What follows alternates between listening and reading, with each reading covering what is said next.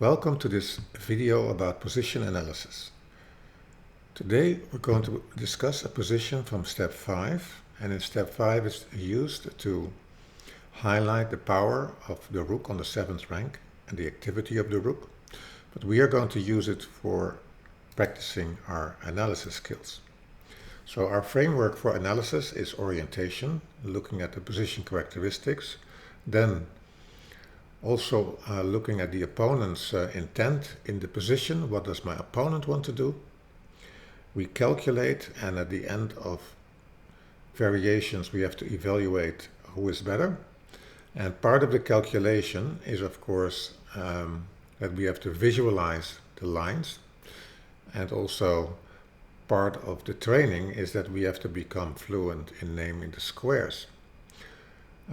So that's part of becoming better in analysis. And finally, we have to verify the calculation. So we're looking outside in instead of inside out. We visualize the move that we're going to play and think about what will change in the position. And that's of course also part of a blunder check in general. And we once more think about what would be the strongest reply of my opponent, and did I really consider it? So let's look at the position on the right. And if you want to pause the video and just write down your orientation of this position. Okay? So before I go there, I'd like you to verify for yourself, as part of the orientation, did you really think about the plan of black in this position, right? So it's easy just to list the characteristics that are in the position, like black has 2 pawns more, the white king cannot move. But what is black's plan in this position? What would you do if black was to play? And do you think that time is of the essence? So is white better or not? And does it matter? Does one tempo matter in this position? Right? So if black was to move, or black had 1 or 2 tempi, would the evaluation of the position change, or is it relatively static? Okay, if you have made that evaluation, so position characteristics and the plan for black in this position, and assessed whether time is of the essence, then we will just now go to the list of characteristics. So we're only in the first step. Like already mentioned, black is 2 pawns up, 4 against 2. But white has a pawn on f6, so it's the most advanced pawn. And the question, of course, is it quality over quantity in this position, like you have many times in endgames with the queen and pawns. White's king cannot move because of h1, pawn promotes, and a7 and c6 are passed pawns. It's a bit weird to call them passed pawns, but it's an important characteristic that they just can run down the board and become queens. Now, related to black's plans. When I was looking at this position, I thought I would like to play rook e8, and then after king h2, I cannot take immediately on e5 because of a rook g8 and followed by f7, so I have to prepare it. I play king c7, threaten rook e5, and then if white is tied up and has to play something like rook g5, I start running with my pawns as black. So that was my first idea, just to, if I were black here, I would play rook e8, followed by king c7, threaten to take on e5, and then perhaps play something like rook f5. The second thing is just to run the pawns down and say I'm going to play a5, a4, a3. Rook g7 is forced to defend, and then I would attack e5 and try to win that pawn that is unprotected in this current position. And so when I was evaluating this position, I came to the conclusion that time is of the essence. White has to act. And then, of course, if you think about all these characteristics, you start thinking about candidate moves, because it feels like white has only a few moves that are possible in this position. So we're switching to chess base. And in this position, let's think about what white can do. So the rook moving to e7 or f7, that feels like it's not adding anything, because after rook e7, the f6 pawn can no longer move. And also going to f7, I'm blocking the advance of the f pawn too, so that doesn't feel like that's a good way forward too. So that leaves us with two moves potentially. The one is the very direct f7, right? And with the idea to play rook g8. So let me highlight that as f7 with the threat to play rook g8 and support the promotion of the pawn. The other one, right, because we cannot move the king, there are no other squares for the rook. Time is of the essence, so we don't have time to play something like rook a4, rook g4, rook a4, rook takes a7, is to go e6. So we have two candidate moves. e6,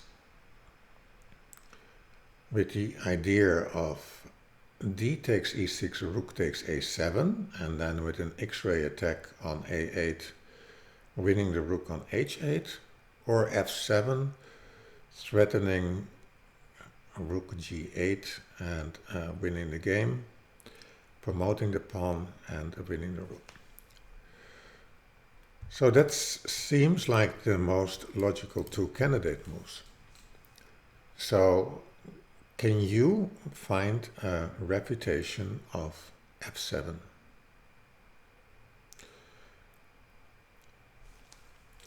So after f7, right, we have to defend against rook g8. And this is one of the easiest questions I will ask you today. And of course, black can defend by playing rook f8, followed by king e7, and then mob up the pawn on f7. So f7, rook f8, and actually black is winning in this position because the pawn is lost on f7. So that is not working, f7. So we have to go back and say, how about our other candidate move? e6. Can black not capture on e6? What do you think? Well, I think if, right, the threat of white is to play rook takes d7, and then the two connected passed pawns are way too strong. And if black would play a move like d5, then rook takes a7 becomes even stronger. So it feels like the move d takes e6 is forced in this position. And then rook takes a7. Now, here comes your next challenge, is to say, can you find two moves for black to defend after a rook takes a7? The threat is clear. Rook a8, winning the rook on h8 with a x-ray attack, or as other people call it, a skewer. How can you defend against that? So for the people who have difficulty following, I'm just highlighting the moves. This is where we are currently. Which two moves did you find? In my opinion, there are two moves to consider. The first one would be rook h6, with the idea that after f7 we play rook f6, and then we kind of stabilize the position white cannot promote, and then we can lure the white rook away by advancing our pawns. So that would be one idea. The other one would be, of course, to say, I'm going to bring my rook closer to the king. So when I get checked on a8, I can move my king up, and then when the rook is being captured, I can take back with the king. So after these two moves, right, we had rook h6 and rook e8. Let's consider them one at a time. So we have e6, d takes e6, rook takes a7, and we have two candidate moves by black. Rook h6 and rook e8. Can you refute rook h6? And we just saw that after a direct f7, black will play rook f6, and it's impossible for white to continue, because after rook a8 there's king e7, and the pawn on f7 will be lost. Did you find the refutation of rook h6? Okay, let's go there. So we have d6, f takes e6, rook takes a7, rook h6. And now, like we have many times in the step method, if a combination doesn't work, we change the move order and see if that makes a difference.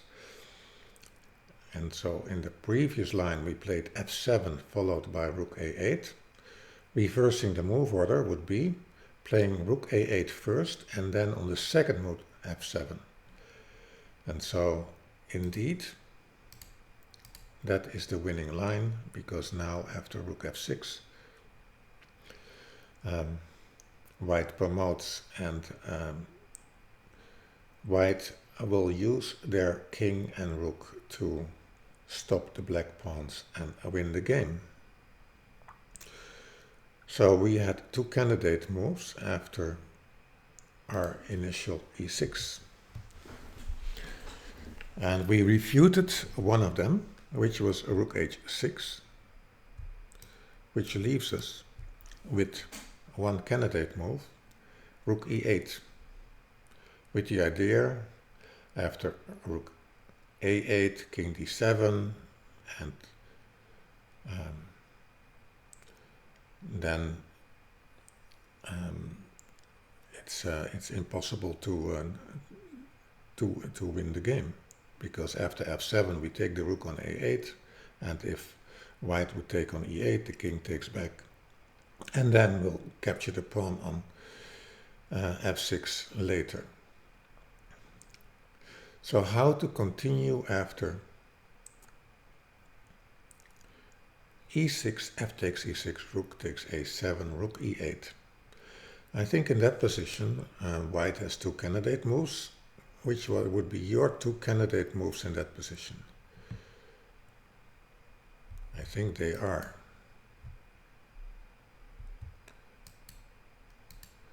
king takes h2 and f7. In a practical position, right, I would be inclined to play f7, or to evaluate f7, for the following reason. If the rook is on e8, black can just advance their e-pawn, and I have to block with the king. And at a certain moment I would be forced as white to play f7, because otherwise I will not make any progress, because the king is stuck blocking the e-pawn, and the rook on a7 and the pawn on f6 can do nothing else than just trying to create another situation and luring the rook away by playing f7. So if that move has to be played anyway, I would make it the first move I would evaluate and see if it's sufficient or not. So now, for the people who have difficulty visualizing, let me show it. What I mean with what I just said, e6, d takes e6, rook e8. So I said king takes h2, and I said in this case I would be concerned that as white I would have to stop this pawn, and here I would say my only idea that I would have left is to play f7. And if I have to have it from f7, I want to see if it makes a difference if I start with that move. So let's return from where we were. We just mentioned we're not going to take on h2, but we're going to play f7.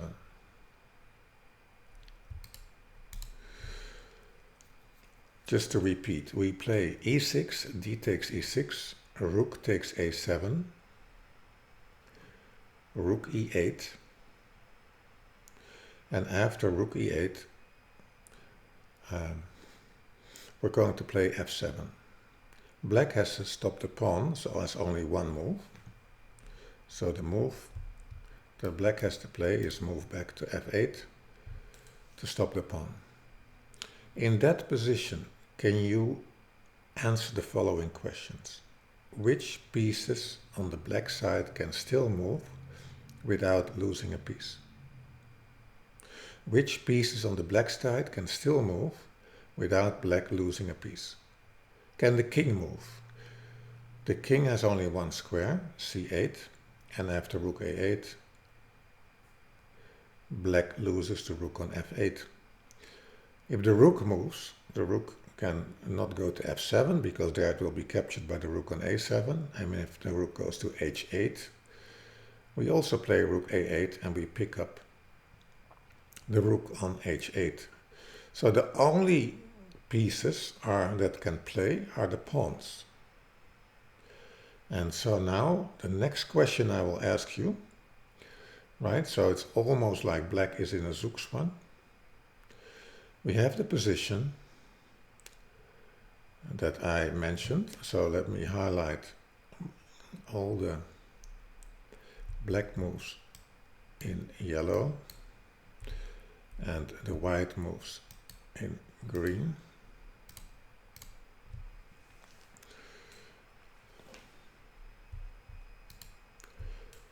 So there's a pawn on e6, there's a pawn on c6, and the next move, of course, for white, after the king moved, the rook moved to f8. So let me just get rid of the things that are not relevant to the position anymore. You could say that this has been played just to simplify it in terms of following the arrows. White is going to play king h2. Can you answer the following two questions? Is the king in the square of the pawn of c6? So black plays c5 because black can only play with the pawns. Is the white king in the square, or can the white king step into the square to stop this pawn? What is your answer? The second question is, black has two pawns separated by one file. Can they protect each other from the king? Can you answer these two questions, because they are crucial in the evaluation of this position? So the first question is, after king takes h2, c5,